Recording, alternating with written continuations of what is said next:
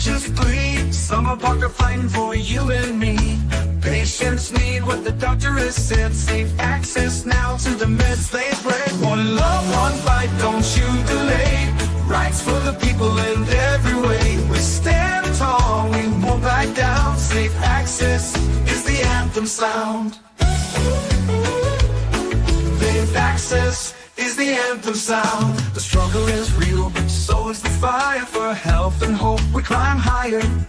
Stand with the ones who can't stand alone. For every voice deserves a throne.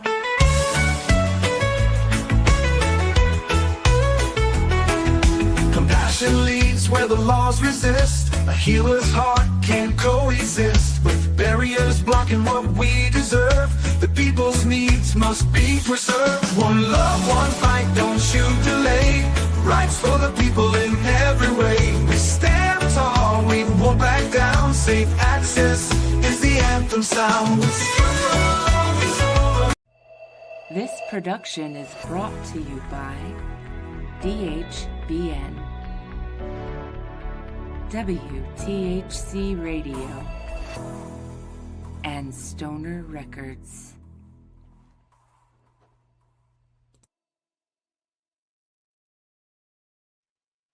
What's up, Stoner Hippies? And welcome back to our weekly Safe Access podcast. This week, my guest is Miss Heather Lovelace Davis. And Heather, you are a fellow Oklahomie. Right. With a big story.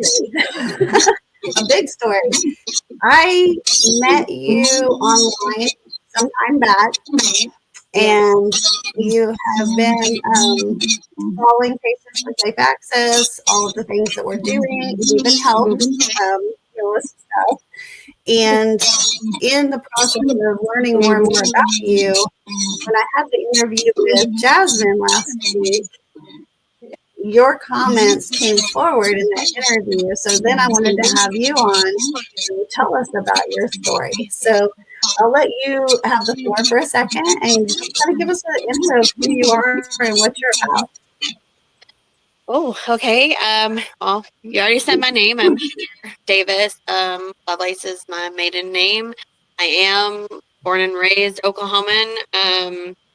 I was the that you read the Jasmine Nikayla. Been following her online just fairly recently.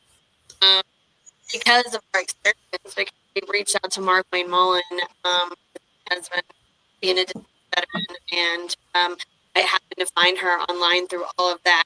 And I was into her being a military spouse. Currently has been active duty. She really inspired me. Then found out she's a nurse. My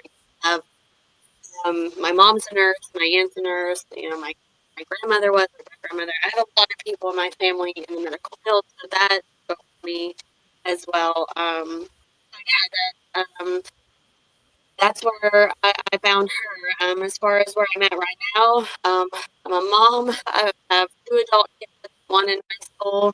I run 3 businesses. I have a vape store, Puffy's Vapes and More in Oklahoma City. I have a CBD business, Puffy's CBD. I'm making CBD products. And then I have a small little printing company. I print for myself, for my labels, and then a couple of my friends in the cannabis business that I love, and I'm just trying to make it cheaper and keep it cheap for patients too, on some of the stuff. And then aside from that, I am battling every day with my husband on the VA stuff, for him, not battling him, but battling the VA for him. Yeah. I guess that's a little basic intro to me. No, it definitely is. You and Jasmine have that in common of having, being military spouses or our military spouses.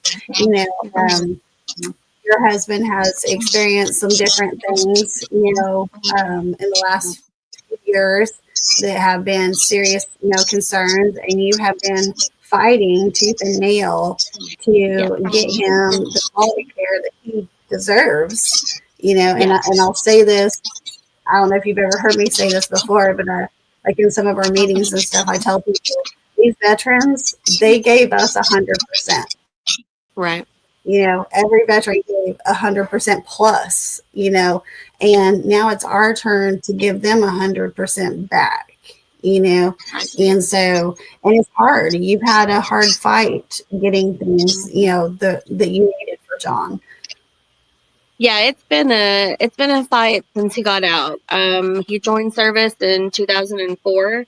That was 2 years and married to him. So, I mean, I'm not just married into his service. I was married to him before it. He served 11 years, got out in 2015. He started treatment for arthritis-like symptoms in 2012 while he was still active duty. Still part of a special duty team in Florida. And like I said, he got out, and it's been a fight. Since we did our very first review, and I've publicly shown some of this stuff before, but our very first review that he did in Alaska had arthritis on there, and it actually said, we see that there's a diagnosis, but we don't really think that the treatment has been long enough. It's not chronic enough, actually, is what it says on there. And so every time, and if you don't know the process, every time that they deny you or they come back and you submit something, they may approve you for one thing. You have to start the process all over again or appeal it. And that's what we've been doing since 2015. So for 10 years, we've been fighting. We had been fighting for his depression, stuff for his mental health, and which we just got an increase on that, luckily. And when I tell you that it took him saying and telling the truth of what has happened, mentally, I don't think he should have to continuously tell people that story just to get the care and the pay that he deserves for it. And then on top of this is like he's receiving care since 2012. He's been on methotrexate, and since 2015 he's been on Remicade. And if you don't know what that is a chemotherapy-like drug that gets pumped into his veins every 6 weeks. Since 2015, so for 10 years he's been treated for this, and the VA keeps saying, we don't really think you have it. Okay, well, then what does he have? And if he doesn't have that, then what is it? And I know he's got something, because whenever he's been off of this medicine, he's ended up on crutches, almost to the point of needing a wheelchair. So obviously there's something going on with him. What is it then? And pay for it, take care of him. He's served.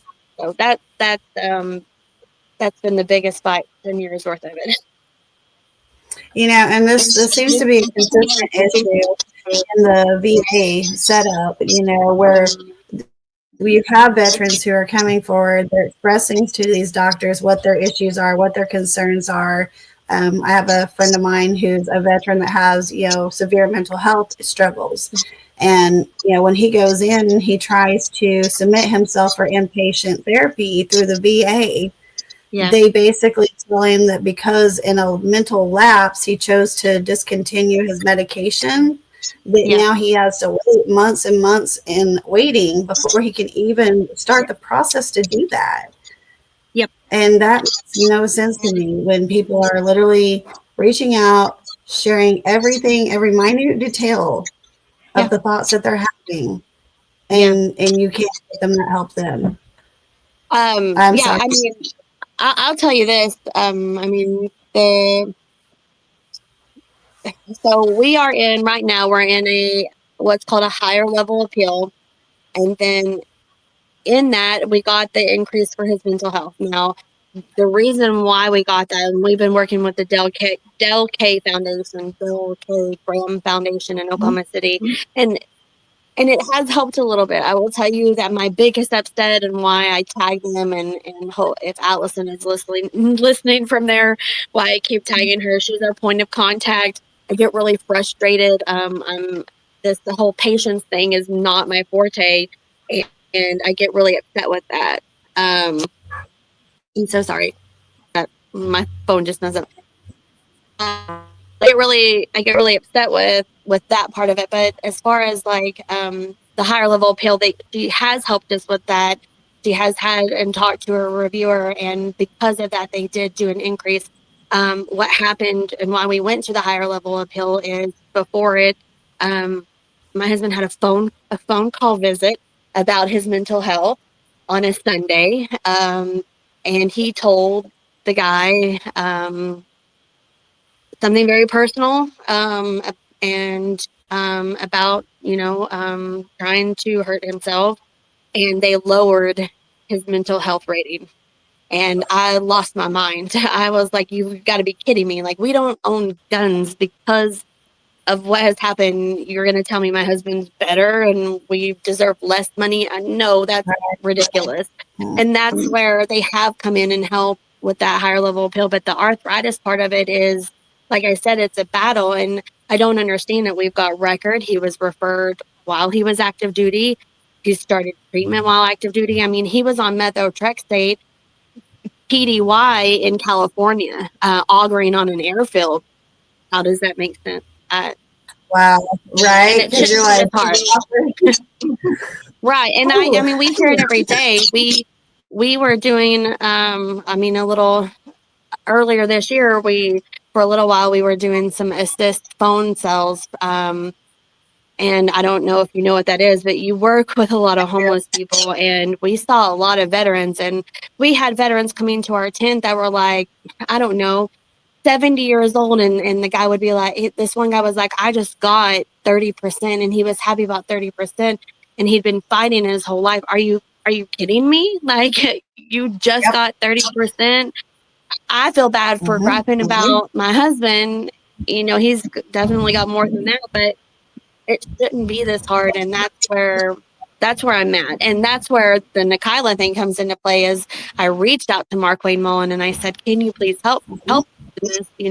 We have a letter from the VA saying that we are supposed to see a rheumatologist, and the VA is saying we're going to send you to a general surgeon who has no rheumatology background. That doesn't make sense. Can you please help? Can you reach out to someone? And all we got back was a form letter. And not that I expected much else from Mark Wayne, but yeah, that is the stone wall. It's like, and anyone listening to this, if you know anything about like healthcare insurance, it's just like there's delay, deny, delay. It's the same thing in the VA, except 1,000 times worse. Yeah, no, definitely. I wanted to ask you about the thing with Mark Wayne Mullen, specifically because of the fact that, I'm hearing experience after experience after experience of people trying to approach their legislators with issues surrounding Veterans Affairs, surrounding cannabis, around Veterans Affairs, and things like that. Right. And, we have a system right now where it's okay for them not to talk to the people that voted them in and put their ass in that fucking seat in the first place. Excuse my language. No, I'm right there with you. I was trying not to say it, but I'm right there. I mean, that today, this kind of made me mad. Mark Wayne posted yet again, like he always does every Sunday, a Bible verse. I have no problem with it. I'm not saying I have a problem with Christianity. I have a problem with the fact that he can post a Bible verse every Sunday and send my husband a form letter. What are you doing? Like, and I don't remember if I voted for him. I haven't really been into this side of politics and like following it in a while. So I don't know if I voted for him or not. I can just tell you that I'm really upset with what has happened. I'm not going to vote for him this time. And like I said, my whole family is Republicans. I try not, I don't even talk politics with people in my family. I don't want to cause any rifts, but at this point I have to, because I can't vote for Mark Wayne, and I don't want people to vote for Mark Wayne. They need to vote for Nikayla, if for anything, for John. If anything, just for him, because Mark Wayne's failing him. He's not doing anything except, I don't know, playing with his ball and not wearing his seatbelt in DC, Playing the showboat cowboy in DC, threatening to get physical with Teamsters, union leaders, and things like that. Yeah. Excuse me. Yeah, that was interesting. interesting. That was about a year ago or so, I think, when that happened. Yeah. And guys, if you haven't seen the video, please go look it up. It's actually quite comical. It was United States Senator Mark Wayne Mullen, and he was like trying to like go at it with Sean O'Brien, I think was the guy's name, and he was there's union rep, president type thing, and these two were cracking me up to the point that I think it was Bernie Sanders had to be like, "Hey, boys, stop it." That's funny. You know? I'll have Like, to go back and watch it. I don't know if it was. I think it That's was, but I'm funny. not positive. And it's funny because, politics is not something that I grew up talking about in my household. My Yeah. mom is very convicted in her beliefs.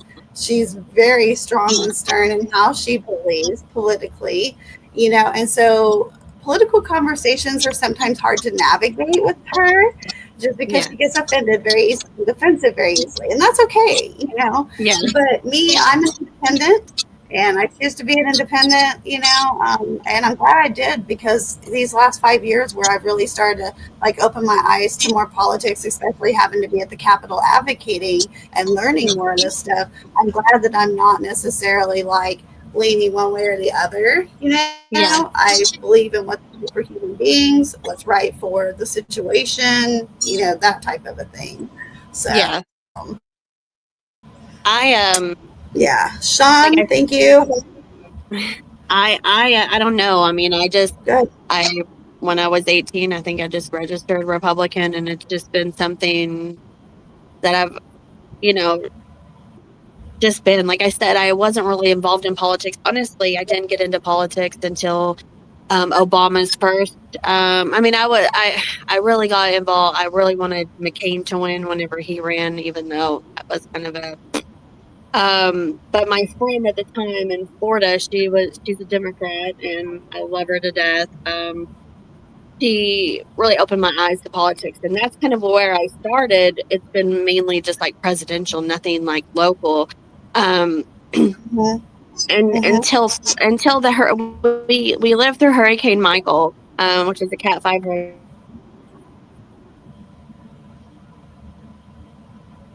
Uh-oh, it froze. She'll come back.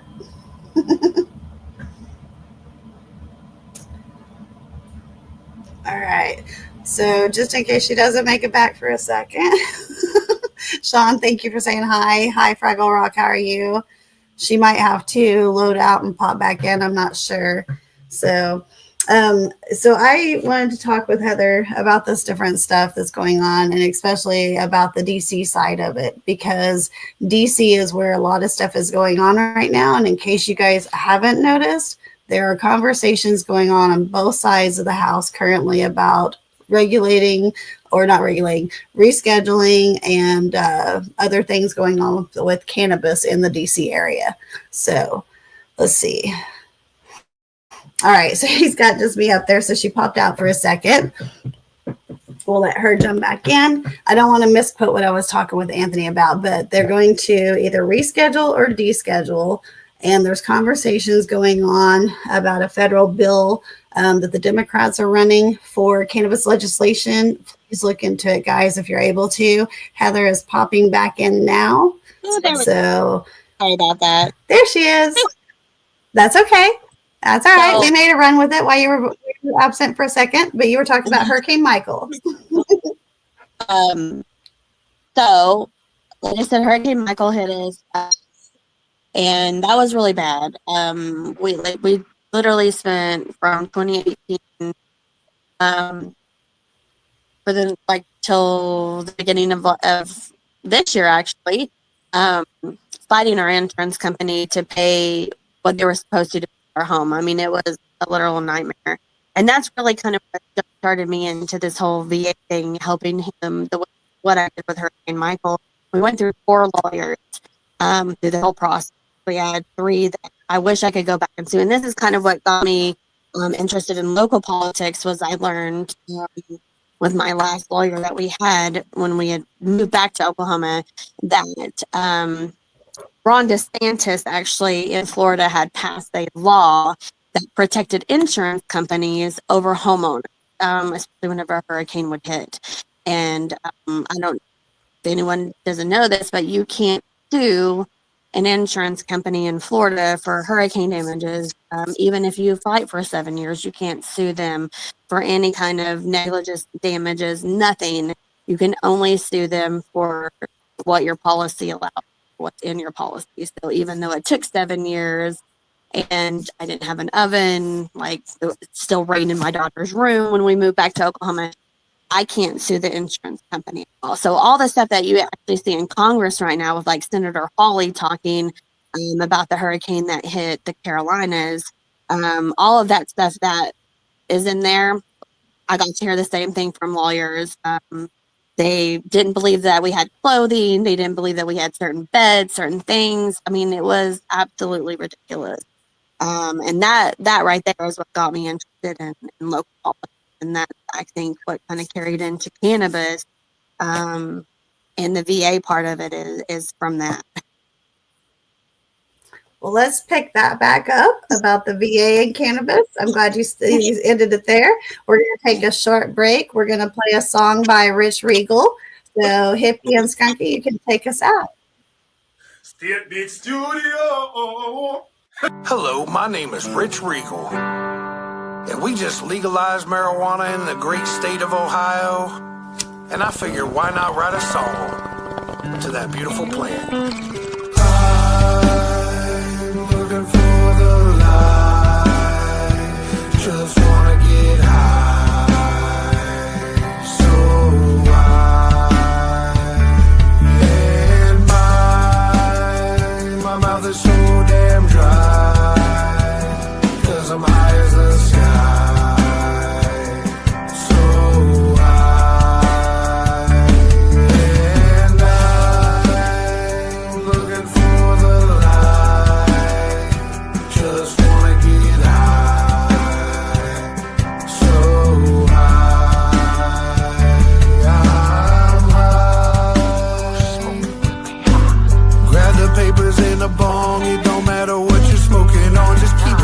Like we Cheech and Chong, We just sit back, light one up and pass it all around. All Zaza in my roll up, yeah, we ain't never smoking brown. Pack of gummies in my mouth, I ain't never coming down. Trying to get so damn high that I can never touch the ground.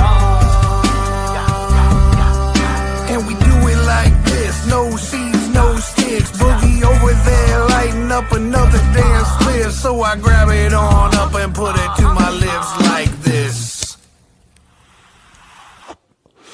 I'm looking for the light. Just wanna get high. So high. And my mouth is so damn dry. 'Cause I'm high as the sky.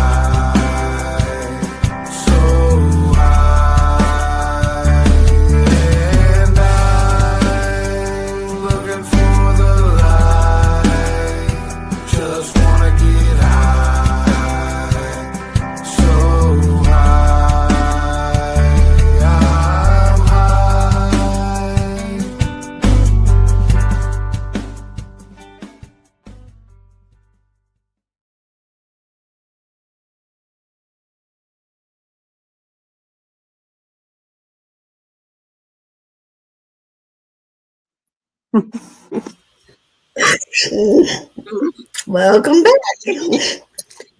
I love the kids don't do drugs. Pour money on that good grass. That's right. Woo. All right. I'm a dab connoisseur. I'll say that. But man, that one is expanding. I'm trying to talk. Yeah. Speaking of medical cannabis and the VA. So Yes. is John able to consume medical cannabis as a VA patient? No. Well, That is on paper, no. yeah. We don't. I'll be really honest with you. We smoke at home before we go shower. Try not to smell like it. I mean, I will tell you that though that the people who work there, well, especially where we go to the infusion clinic, so people who have arthritis, people who have cancer, that's who we see. That's where we're at. So Yep. people getting chemotherapy, that is the floor that we're on. I will tell you that every nurse there is 100% behind it. They would love for every patient of theirs to be using it. But it's not something that they talk about. It's not something that they push. Because it is federal ground technically. So I mean, like, we can't even have it on our person in our car whenever we go.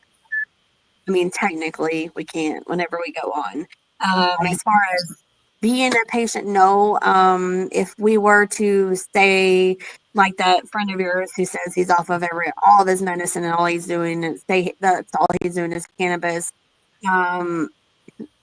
they will deny and take away part of your disability because you're not doing the treatment that the VA is prescribing to you for that condition. And because it is not even though in Oklahoma it is legal here, because federally it is not legal, they won't ever prescribe it. Now, that is to say, the VA is doing experimental treatment.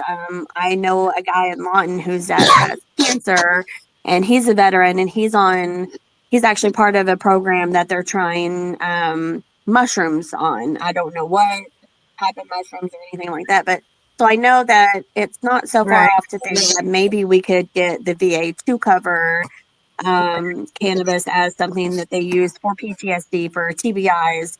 I just think that we're a ways off from that. So no, he can't on paper. No, he cannot say that he uses cannabis to the VA.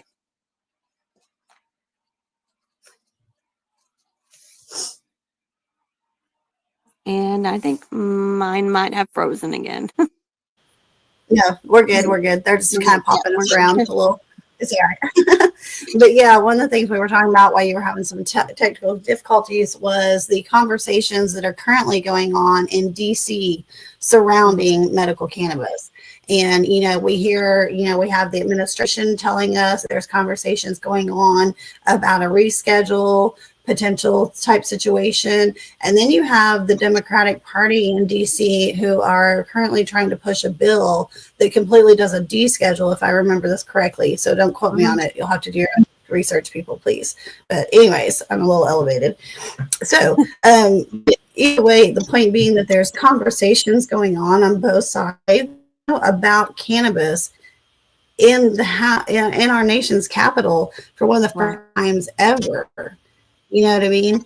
You generally have someone trying to push something about it, but it's usually something bad about it, And now we've got things going on in DC about this potential, and I'm actually kind of excited. I hope that it all goes the way it's supposed to. I would love for it to be descheduled. As far as being rescheduled to a 3, I think that's a shame. If that were to happen, I think honestly, people who are like my husband and other veterans, they're not going to go and get it from a big pharma person who's trying to prescribe it to them. That's what they're trying to get away from. So hopefully the schedule to 3 does not happen. A descheduling would be awesome.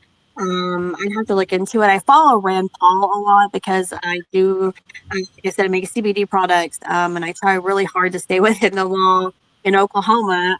Like I was on a first name basis with Caroline Nelson there for a while, just making sure that I was following the law, not only for my vape store, but making the CBD products.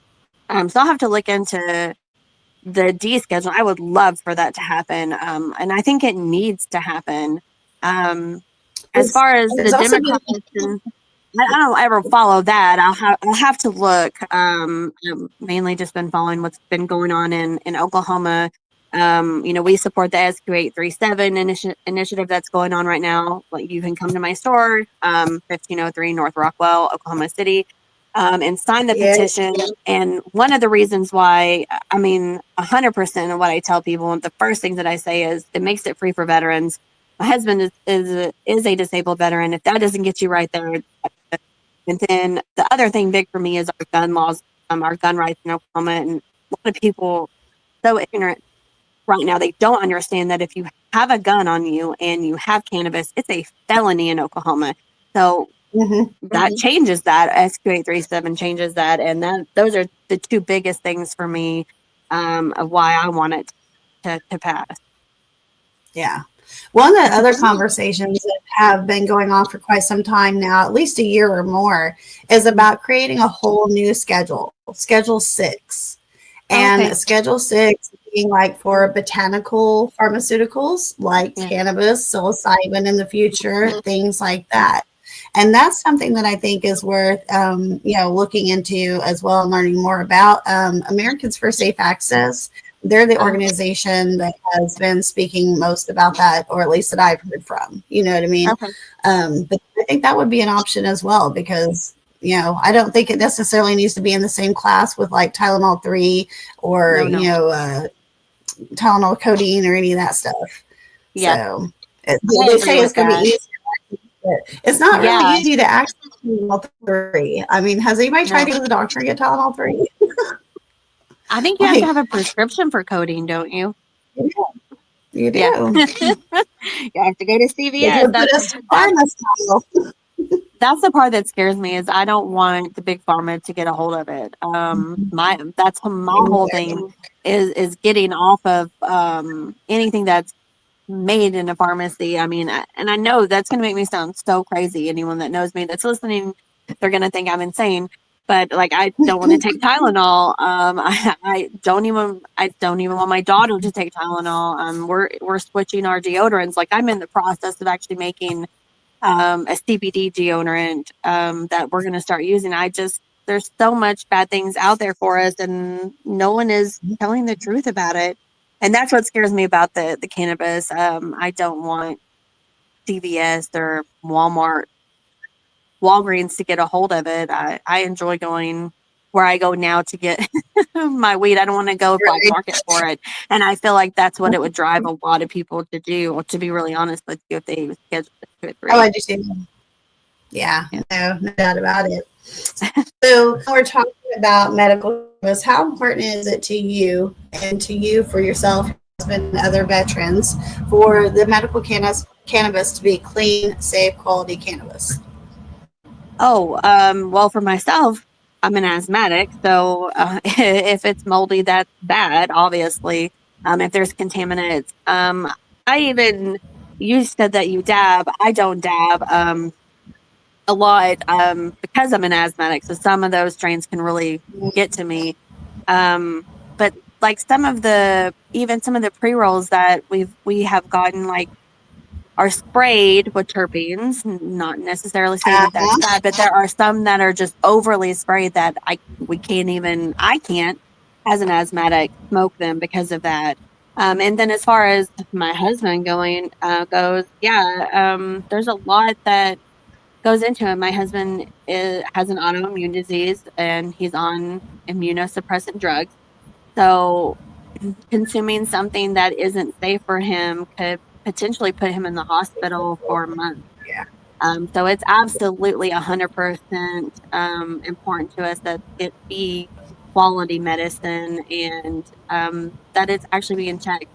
I wasn't honestly even aware of how bad it was until he started working for a dispensary as a bartender there for a while, and then that's when all the grave stuff kind of started happening in Oklahoma. So that's when we really and the dispensary he worked for, they sold a lot of grapes. So that's when we really started paying attention to what you were doing and what the state is doing and not doing. Yeah. That's been a fun and interesting 2.5 years of my life. But I'm thankful for the things that happened and the way that they occurred in the timeline for my life, because it allowed me to create patients for safe access to try to help protect, our medicine to be safe quality medicine, from the producers so that people like me, you, your husband, hippie, others, that have health adversities, if you add contamination to that, that you're Right. inhaling, that you're lighting that flame to, it just is too much. And some people's bodies don't take that very well at all, at all. Oh, So, 100%. Yeah. I mean, not only am I an asthmatic, but I also have a condition called Arnold-Chiari malformation. It's a part of my brain stem extends down into my spinal column. It can cause CSF fluid to either build up in my brain or have none in my brain. I had surgery, brain decompression surgery in 2014. They took out the back part of my skull and the first two parts of my vertebrae to give my big brain some extra room. But it I mean it causes a lot of issues.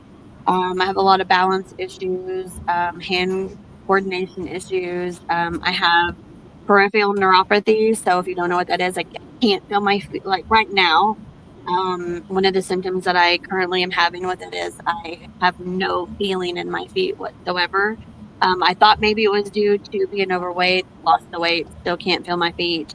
And then sometimes the tips of my fingers I cannot feel. So being able to consume safe medicine is absolutely 100% important for me as well.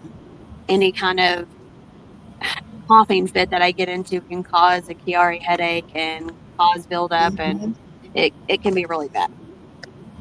are you Ehlers-Danlos as well? Am I what? Do you have Ehlers-Danlos as well? The only other thing that I've been diagnosed with is empty cella syndrome, and that was at the same time that I got diagnosed with. Well, I say the, as far as brain wise, that's the only other thing that I've been diagnosed with since then. I don't go Because to a doctor. Ehlers-Danlos syndrome, one of the comorbidities to it can be Chiari malformation. Oh, okay. That I it's a what is connective it? tissue. It's Okay. like loose connectivity, like your joints are super loose, they subluxate, they dislocate, there's joint instability, that type of stuff.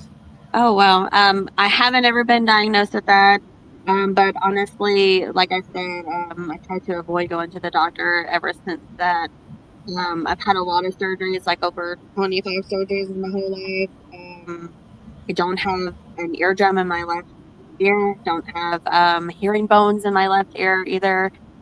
There's a lot.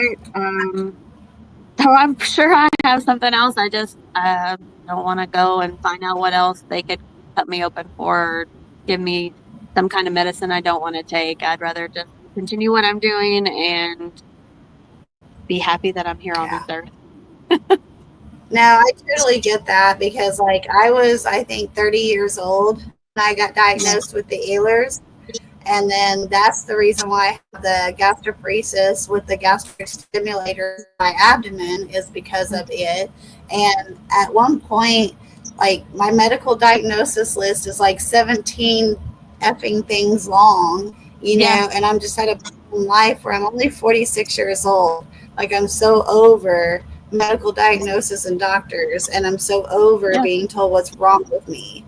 I'm Yep. so over being shoved the pharma pills down my damn throat that are Yep. gonna, as Mary Cutter is gonna give you 6 feet of side effects. If you've Yep. never heard Devil Lab Coat from Mary Cutter, you guys need to go and check it out. Girl's got some skills with her words about the opioid epidemic and crisis that will cut Oh big yeah. pharma in half. Love it. Yep. Me too. But yeah, I feel that when you were talking, I was like, man, it hurts my soul for you for that. Yeah. I mean, and that's just that part, this part. There's a bunch of other things that are wrong. Like I said, I've had hearing problems my whole life. I'm in the process of trying to get Baja implants. And the only thing that's keeping me from that is that I don't want to do another surgery. I just am so fed up with it. I mean, 3 years ago, I had my uterus removed because it was filled with fibroids, and I'm okay with that. I have 3 children. I wasn't going to have any more, but then at the same time, as a woman, to have that, I'm 41. Yeah, 41, about to be 42 this next year. That's a lot, and they prescribed me at the time when they removed my uterus, they prescribed me gabapentin. And I refused gabapentin. My husband was put on gabapentin a long time ago. And when we're still dealing with that brain fog from it, there's no way I'm going to do that. And that's where I'm at. I'm sick of it. I don't want to know anything else that's wrong. I just want to be happy with my family, my husband, try to get him what he deserves and go from there. I get you there. I feel that one totally. Yeah. Let's see. One of the things that you had said about the stuff with Jasmine Thomas is hearing her speak and hearing her passion, for the people, inspired you to potentially win in the future. So is that something you would really consider? It is. I just don't know if I have the background. I'm from a poor family in Oklahoma. Definitely would be grassroots. But I've thought about it. I mean, I thought about it when Jessica Garvin was in. I actually went to school with her and was friends with her for a long time. I actually thought about it back then. I was just like, how can someone I know be in there and be causing such horrible things to happen to cannabis? So I thought about it. I really have. I'm glad that she's out. But yeah, I mean, she's younger than me. She's 30 something. I'm 41. The fact that she has small kids, my youngest is 15. I'm like, why couldn't I do it? If she can do it, why couldn't I? I feel like I fit a lot of backgrounds that a lot of people in Oklahoma have. I just wouldn't know where to start. And I think people would have to do a lot of PR for me because I do have a mouth of a sailor. And, like I was telling you in private before, Eric Brockovich is one of my favorite people. And the F word is like my number one go-to word. Right. Like I told my husband, I'm like, please, if anything, just not use my F word filler for every word in this podcast today. So yeah, I've thought about it. I want to make change, and that's really all that it's about. Is I want to make change, not necessarily for anything too specific. I want change for veterans. Oklahoma is a really great state for veterans, and if you don't know that, you should. They offer a lot for 100% disabled veterans. There's a few things that they do for people that are less. It is good things compared to other states. But our senators, our representatives, they're leaving veterans behind. They're just leaving them to do things on their own, and that shouldn't happen. So even if I didn't run for something, if there was something that I could be a part of or start to help people not have to fight this hard, because to me it shouldn't be this way for anyone who's served, for anyone who's done anything in our military, not have to be this hard. The other part of it, obviously for cannabis, like I told my husband, if cannabis ever goes away from Oklahoma, that's the only way I could see myself leaving, because cannabis saved my life. It saved his, and that's not a metaphorical thing to say that it saved our lives. It literally did. I wouldn't be here talking to you on this podcast. I would have been gone 2 years ago on my birthday if it wasn't for cannabis. So I'm going to fight for it. That's why I get so frustrated, and why I'm like, why don't you share my address for a place to come in and sign this petition? Because it matters to me. It is something that I won't sit down. I'm not going to shut up about. It should be recreational. It should be legal for everybody. And so, like I said, if it's not being a congressperson, an activist, I don't know. I just want change in our state, and I don't want this to go away. So I'll make waves, stand up and shout, whatever I have to do. A few years ago when this all started, created this phrase in my own mind, and it was, to start a movement, you have to make a motion. Yeah. And because every movement starts with what? It starts with motion. Yeah. And so if there's enough of us that can get together and we can get the inertia behind that motion, we've got a movement, you Heck know? yeah.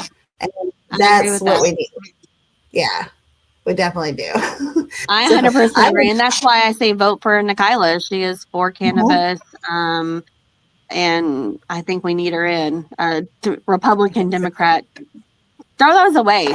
Let's just erase those because it shouldn't. Let's not tie ourselves to that. She stands for things that Republicans used to stand for that they don't anymore. She stands for things that a true Democrat used to stand for that a Democrat nowadays doesn't stand for. So why do we have to put those labels on there? Vote for the person.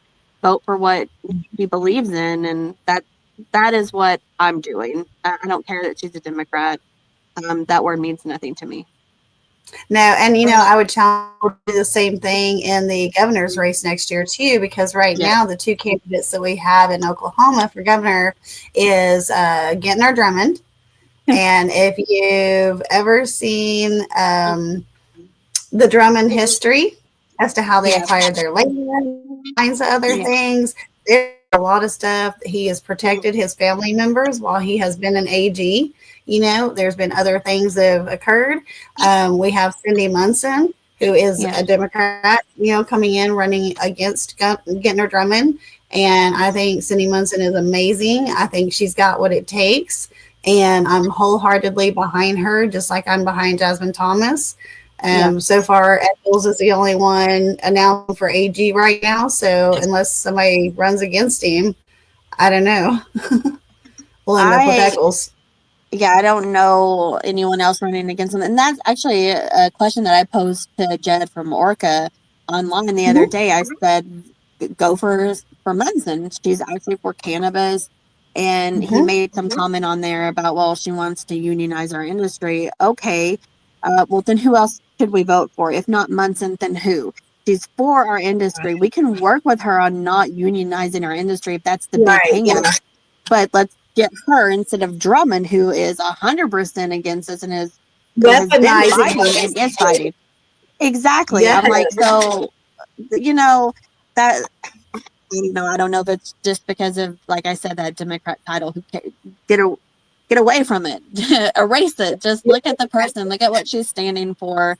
And I'm voting for Munson. I'm not a Democrat. Never have been. I like I said, I think it should go away. Vote for Munson because she's for our industry. Unless you just want this industry to go away. And what I love about her is, like, the first time I ever watched her was when she was on a committee floor, and she was just like going at TJ Marty. And I was just like, that's my girl. Yeah. Heck yeah. I wish I could have seen that. That would have been nice. It was pretty good. And then I went and met her in person, and I was like, and I walk into her office, and there's this dry erase whiteboard, and what's the first thing you see on it? I'm a badass. In her office, she has her own affirmation of being a badass, and I was like, you are a badass. Yeah, I like that. Another reason to vote for her. Right? Yeah. Oh, man. Let's see. What are some ways that other people can get involved to help advance advocacy, or are there any programs that you're aware of that people can, kind of align with to help improve the access to quality care for our veterans? So, as far as I know, in Oklahoma, the main one that people can get involved with is the Del K. Graham Foundation. As far as big people that will help you, and I mean, like I said, it hasn't been all bad. I just felt like we've had to push, and maybe that's just my impatience that has caused that. So I'm sorry if it has been. Getting involved with the VFWs, we've had a lot of people a lot of veterans that we meet going to festivals and stuff that we do, that I've talked about local VFWs. We tried that in Lawton and it went nowhere. So that's why we are not part of that. We were part of the Wounded Warrior Project. As far as helping with the VA, no, they didn't the entire time that we were part of them. But as far as the things that they do for wounded warriors, they do really great things. And I definitely say support them. I don't know if there's a chapter here in Oklahoma. I'm sure there is. Yeah. I wish that I knew that there were more, but it honestly feels like that's it. It's about knowing every person that I talk to. Oh, well, talk to this person. They know the person. We go and talk to them. Talk to the Del K Foundation. We're already talking to them. And I feel like that's really all there is as far as in Oklahoma is the Del K Foundation. I don't know of any others, Yeah. unfortunately. And one of the members of the Veterans Committee, I think is what he was on, Pawnee County Representative Ty Burns. Oh, Did you okay. see that situation? So my husband and I actually were talking about this. I saw online where he resigned. I wasn't quite sure what happened. I looked a little bit. I guess it was stuff to do with abuse, with his wife, I guess. And then I did see that he was part of the veteran committee, and it says that he served. And he's a veteran. So I guess I'm kind of a devil's advocate and things like this. I don't think it's okay that he abused his wife. That's never okay. But are there questions that we need to be asking that's going on in Ty Burns' life? Yes. That's causing this. TBIs, PTSD, did they happen while he was asleep? Did he get triggered? They're not excuses, but these are things that we have to ask as veteran caregivers. And if you're not a veteran caregiver, this is something that you need to ask in this situation because he is a veteran. It doesn't make it any less right or any less wrong of what happened. I'm glad that he's stepping down, and I hope that he can find care. But to me, it's just another veteran that slipped through the cracks, and his family is paying the sacrifice. And that's 100%. So I have a history with Ty Burns of meeting and not getting along. Okay. And so setting that aside, yes, even though we have that history, knowing that he is a veteran, knowing that these are, issues. I'm with someone who is a mugging survivor. Oh, wow. Who has experienced, PTSD and nightmares and dreams and things like that. So I may not be able to relate wholly in any way, probably just fractionally, but even that gives me a knowledge of triggers and knowledge of, these things could cause this type of a response. Right. And so wholeheartedly, my heart goes out to his wife, to his daughter, to anyone else involved, but also to him. Because I do hope that he's able to get the help that he needs. And this right here, guys, this should be the most woke part of this, okay? This is a legislator in our capital who needs the help that every other human being out there needs. And it wasn't able to access it in a way that prevented this from potentially occurring. So take that in. We need change. We absolutely need change. 100% we need change. And that's what I was talking to my husband about this morning is that's where I play the devil's advocate as a spouse, is that there are things that I see that maybe necessarily the veteran himself or herself doesn't see in their actions or their reactions to things. And those questions need to be asked. It doesn't make it right. It doesn't make it wrong, or any less wrong, any less right. It shouldn't have happened. He shouldn't have fell through the cracks. And my heart goes out to his wife. And he said his daughter. He has a daughter. Yeah, my heart goes out to them. I don't know what it's like to go through what you've gone through, but I do know what it's like to be a veteran spouse, and It's not easy. It's not. And if you need help too, you need to talk to someone. Definitely reach out. Don't think that you're any less strong by not talking about it, because that's not right. You need to talk about it. And that's something that I feel like cannabis has brought back to me, is that while they serve, we are also, as a family, conditioned into that, what I call the military box, on things of not being able to speak our minds and say what matters, and say, hey, he does deserve care. I do deserve this. I do have a voice. And that's something that cannabis has allowed me to find again, is that I am a woman, hear me roar. I do have a voice, That's and so right. does he. And so I hope that she gets help too. I hope that she can, and I hope that he can find service or find care. I think it's really, really sad that he's gone through this. I'm glad that he stepped Yeah. down too. That's really great that he stepped down. Hopefully that position can get filled by someone who can do some good. And I mean, the one thing I can add there at the end of this is that even, with my differences with him as an individual, he had a lot of, hang on, a lot of influence and a lot of Mhm. positive influence into some of the cannabis legislation. That's Sorry. really good. Right, including the secret shopper bill. He was part of that bill, and there's a couple others that he's been a part of. And so, he didn't always sit on the side of cannabis on everything cannabis people wanted Right. him to do, but he did, try to help along some things. So, I hope that, he takes this time and that him and his family heal, and that they're either able to work through things or move forward separately, or however it may be. But, that you're right, this one slipped through the cracks, but this one slipped through the cracks of the Capitol, guys. Yeah. That shows you how bad it is, though. I mean, for all veterans, he can slip. I mean, I don't see how he could have slipped through to our capital. I hope that he can find care. I really do.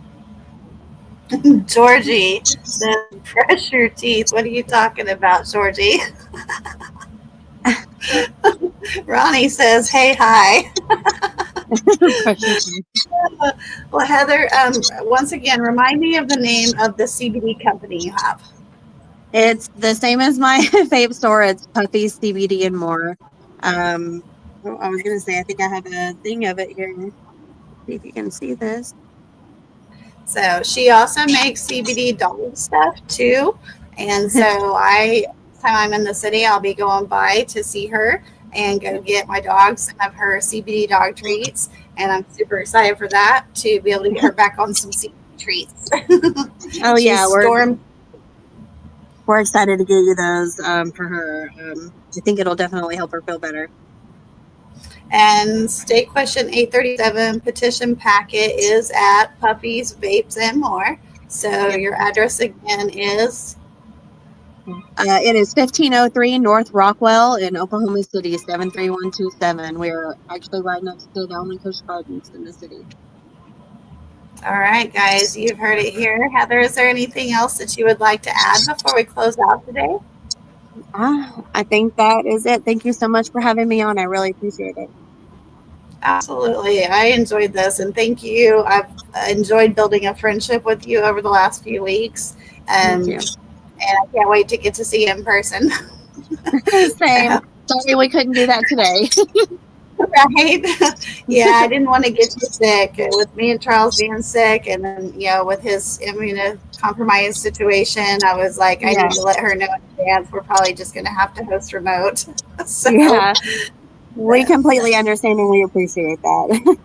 oh yeah, I know what it's like to have that family life that you need to do. Yeah. So, all right, guys, we are going to wrap this up. We will catch you guys next week. Next week, I will be live from Harvest Fest. Sunday the 7th is my birthday. And so I will be live next weekend, all weekend, off and on. I'm going to take some videos. I'll be there representing WTHC radio, talking to people about the festival, how they enjoy it, what's up, all that good stuff. So if you see me out there, come sit down with me. Let me do a short little interview with you for 2 or 3 minutes, and we'll run it together. So exciting, ready to do that. Awesome. And we will catch you guys later. See you later. Stepping up strong with a righteous plea. Summer Parker fighting for you and me. Patients need what the doctor has said. Safe access now to the meds they bred. One love, one fight, don't you delay. Rights for the people in every way. We stand tall, we won't back down. Safe access is the anthem sound. Safe access is the anthem sound. The struggle is real, but so is the fire for health and hope. We climb higher, stand with the ones who can't stand alone. For every